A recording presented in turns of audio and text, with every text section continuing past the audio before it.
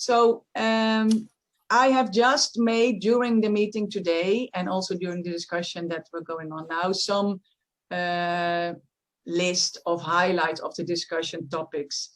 And I don't think we have to take much time to go over that. It's already taken up time for my computer to reload. Yeah, I see it. Yeah. Sorry. So old computer with not enough memory. So I can read them here now. Then when the slide comes up, it's while I'm reloading. Okay, I can have another suggestion. If people go to the Menti now, we can do the Menti first because yes. So go to menti.com because that's the nice interactive thing, and the rest you can maybe read in the slides. menti.com, and the code is 614-91119. Thanks, Melissa. So then I will go share my screen with the, where's my Menti? Wait a second. Here.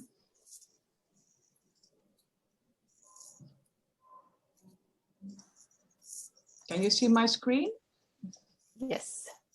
So the question, we have two questions in the Mentimeter for you, and they would kind of complement the things we did in the beginning of the session. So we were interested in to hear what is your next step in relation to verifying your training materials after all the things you heard and discussed today.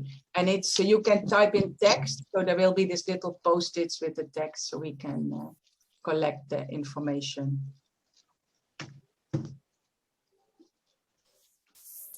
And when people fill things in, they will just pop up here.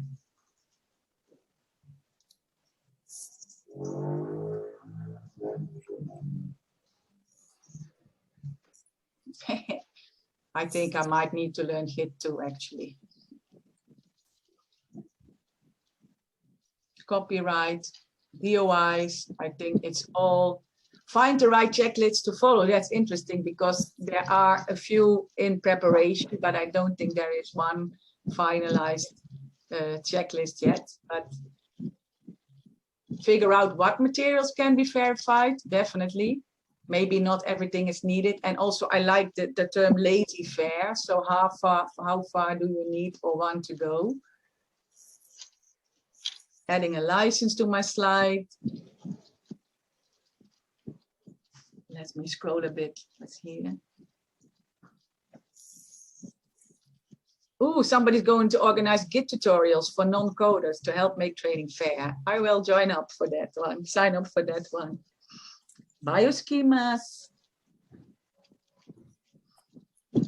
I like this one also in the left bottom, but documenting our approach so far and comparing to other approaches. I think that's also, several people are making very important steps. We have seen that in all the flash talks today, and to kind of, consolidate that. I think that would really be worthwhile an effort, I think, for the group. And we can also think about and how to take this forward.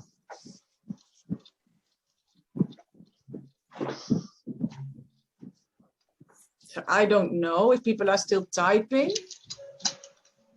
But we can move on, I think. I think we can move on. So the last question is, and then maybe we can go to the slides, and I can also share the slide, Patricia, if you cannot share. So the other thing is that, what is your next step with what you know now? And you answered that, but what would help you take this next step? And you can, this is kind, you can click many more, multiple answers. So it would be good if you have share your opinion about what would help most. And maybe all of it a bit, but it might be a combination of things anyway.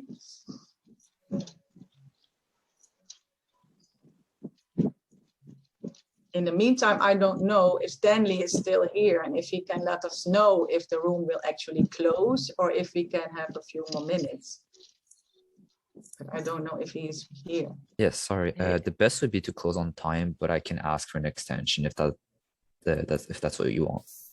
Yeah, I think it will literally be a few minutes, not even 5, I would say. So if that would be possible, that would be great.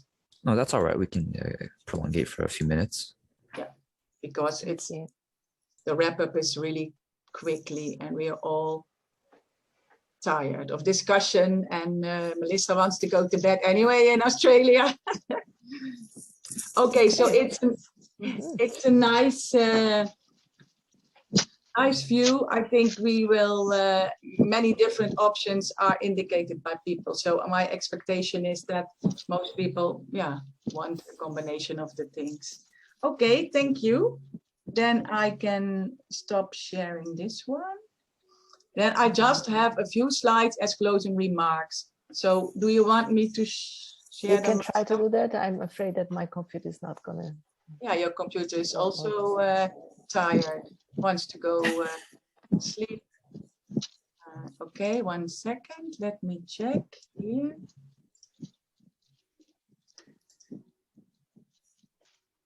Okay, so here you see just a few of the highlights of the discussion topics that I picked up during the day. That is, making training is not only a technical solution. I think we all know that, but it's good to make this explicit. It's really a community effort. We need a change of mindset. And I think it's really important that we start with the simple steps. You can make small steps towards verification too. And maybe if we start showing those small steps to the trainers, I think then we will still get somewhere and move them gradually towards fair. Implementation of bioschemas technically in our websites, many people mentioned it, and I think really we need to make a step there. Incentives for trainers was an item, the high need of implementation examples and case studies, the definition of the training terminology. We are not there yet. I think every group, like within SIP or WinRate H3 or Bionet, you first sit down and start thinking, what do I mean with the training material? What do I mean with this? But maybe there's a larger task and we should maybe take this on us as a global training community. Then assessment of the training materials. People want and would like really a checklist or an assessment tool, and there are several in preparation. Another question that comes up is then, who will do the assessment? And even if there would be badges, who would then hand out a badge if there were badges? Automation, we all said it was very time consuming, many manual steps. And yeah, we have to think about how to automate. Who would do the automation? Which part could you automate and which part not? So I think for me, this covers a bit the highlights of the discussion. And then I think it's really important to say, we will not stop here.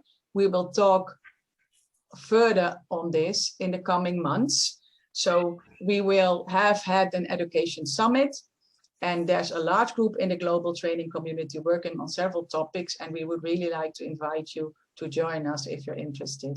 And I think later in the slide deck, and Melissa already put it in the Zoom chat too, there is a spreadsheet where you can leave your name and email if you want to get involved. So that is the first link here. You can go there and put your contacts. All the resources for today are in the link here. And then we want to point you to some final things. We have an Elixir Bio Hackathon. Patricia showed the timeline in the beginning of the breakout. It is all, I think, I didn't count the events. Maybe there are 7 events or something in 2021 that we all try to all contribute to this whole discussion about making training materials fair.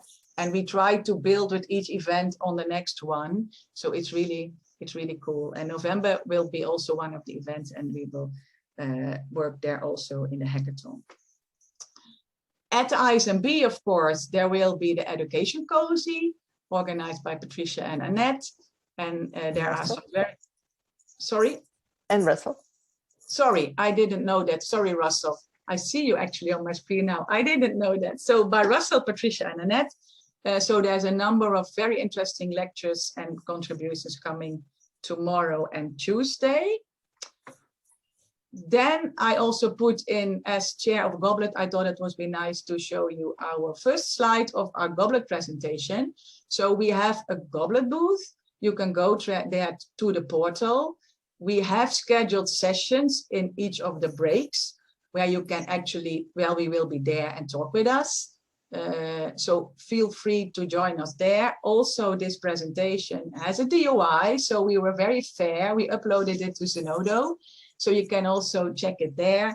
And please reach out to us if you want to get involved with the Goblet Trainer community.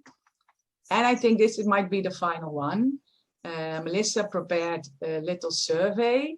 And I think for us, it would be really interesting to hear your feedback on the session of today. And and it's also, I think you probably also put it in the Zoom chat, although I cannot see that at the moment. So I will stop sharing now.